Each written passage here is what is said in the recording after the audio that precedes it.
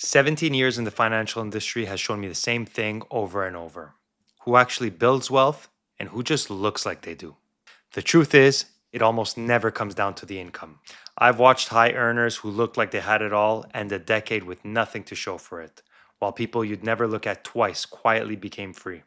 After all those years, the biggest thing that money taught me, surprisingly, had almost nothing to do with money. This is the video where I get into it. I'm 36, husband, father of two, and a man of faith. And this is the first time I'm talking about money on this channel. Quick thing before I do, nothing here is financial advice and I'm not your advisor. This is just what working around money and living it myself has taught me. So take what's useful and leave the rest.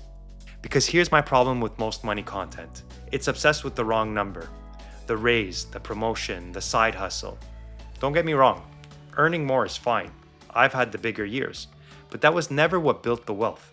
Stick with me if that sounds familiar, because I'm going to share with you the 3 things that actually mattered, and not one of them is complicated. Here's the part that no one in my industry says out loud. Understanding money and building wealth are 2 completely different skills. One lives in your head, the other lives in what you actually do, every month, quietly, when no one else is watching. The behaviors that build wealth are boring. That's the whole secret, and it's exactly why almost no one sticks to them. There's no chart that makes them feel exciting, they just work. I got a 17-year head start on seeing that. I didn't have to learn it the hard way. I watched other people learn it the hard way every single day. So I did the opposite in my own life, from the very beginning. 3 behaviors, let's get into it. The first behavior is one I applied from my very first paycheck. Pay yourself first, automatically, before you can spend it. I've watched good people earning good money live paycheck to paycheck, not because they were reckless, but because whatever was left over at the end of the month was supposed to be the savings, and there was never anything left. I saw that trap, and I refused to step into it. So the savings moved first, before a single bill was paid and before a single purchase was made. What's left after is what I live on, not the other way around.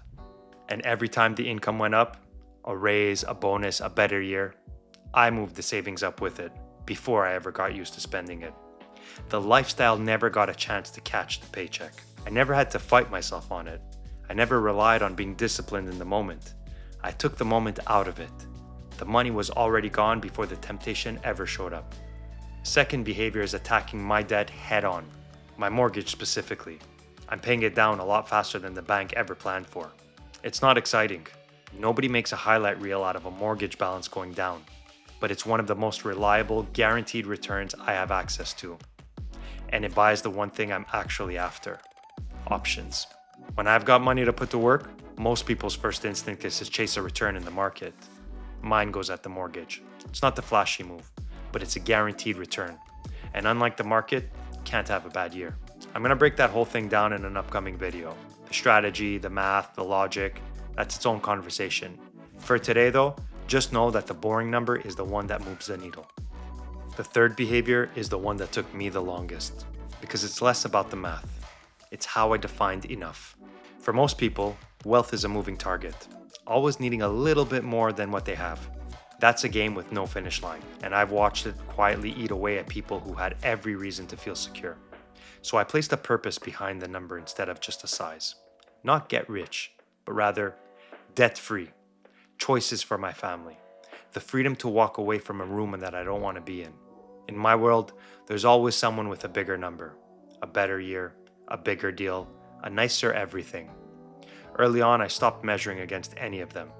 I measure against my own plan and no one else's. That's the only scoreboard that's ever made me feel free.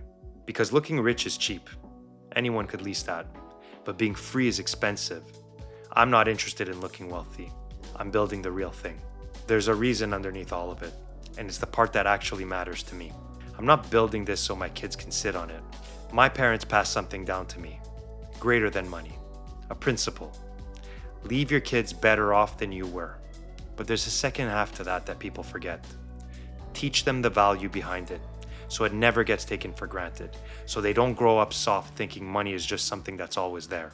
I want to hand my girls a head start and the understanding of what it took to build all of this, so they can do the same for their kids. Money as an opportunity, a launch pad, not a couch. So here's what I'd leave you with. 17 years around money taught me that the people who build wealth aren't always the smartest in the room, and they're almost never the highest earners. They're the ones who do a few boring things on autopilot for a really long time and don't stop. If you understand money, but you're not building any wealth, the missing piece was never information. It was behavior. It always is. This was the first time I've talked money on this channel. There's a lot more coming, including how I'm paying off my mortgage in 9 years before I turn 40. If that's useful to you, subscribe and stick around. The video I'd watch next is up on screen. I'm rebuilding out loud every week. Discipline, wealth, legacy. I'll see you in the next one.